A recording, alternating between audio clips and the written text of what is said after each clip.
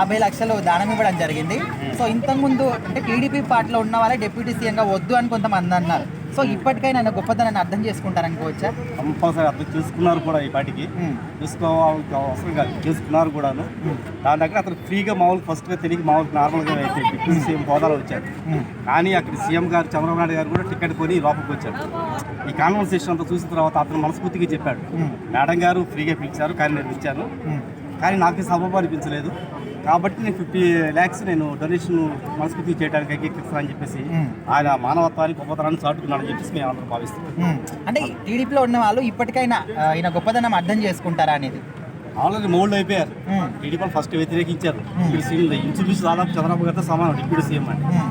ఇప్పుడు ఆ మౌల్డ్ చేసుకున్నారు కాబట్టి జనం కూడా ఇతను మంచితనాన్ని, ఇతను పరిపాలించే విధానాన్ని అన్నింటి సునిశ్చితంగా గమనిస్తూనే ఉన్నారు. గమనిస్తూ ఈయన ప్లస్ పాయింటే కానీ చంద్రబాబు గారికి మైనస్ పాయింట్ కాదు. ప్లస్ ఆంధ్రప్రదేశ్ రాష్ట్రానికి కూడా ఇతను ఉపయోగపడే వ్యక్తే కానీ కీడు చేసే వ్యక్తి కాదు. ఇతను ఉండటం వల్ల రాష్ట్ర డెవలప్మెంట్ జరుగుతుందని చెప్పేసి అన్ని రకాలు ఇప్పుడు 90% జనసేన టీడీపీ సపరేట్ అని ఎవరు అనుకోవట్లేదు. ఈక్వల్ అయిపోయింది ఇప్పుడు కూడా.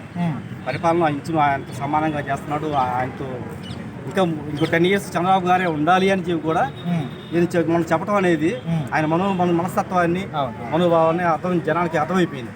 నేను అతని స్వార్థం అనేది లేదు ఇతనిలో, రాష్ట్ర అభివృద్ధి అయితే చాలు అన్న ఒక వ్యక్తిగా ఆలోచిస్తున్నాడు తప్ప ఇతను పదవి కాంక్షించే వ్యక్తి కాదని చెప్పి జనానికి కూడా అర్థమైపోయింది. దాని తగ్గట్టి నన్ను నడుచుకుంటుంది. అంటే ఇంత గొప్ప పనులు చేస్తున్నప్పటికీ కొంతమంది ఎందుకు వ్యతిరేకంగా ఆయనకు అంటే చెడు చేయాలని ఎందుకు చేస్తున్నారు అనుకోవచ్చు? సార్ చెడు చేయాలని చెప్పేసి ఎవరు అనుకోవట్లేదు సార్. వాళ్ళ వ్యతిరేక వర్గాలు ఉంటాయి కదా, 100 మందికి 100 members మంచిగా ఉండరు కదా, కనీసం 20 members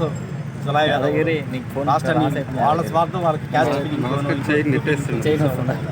వాళ్ళు వ్యతిరేకిస్తారు తప్ప ఎవరు కూడా ఆయనకి 80% ఆయనకి అనుకూలంగానే ఉన్నారు సార్.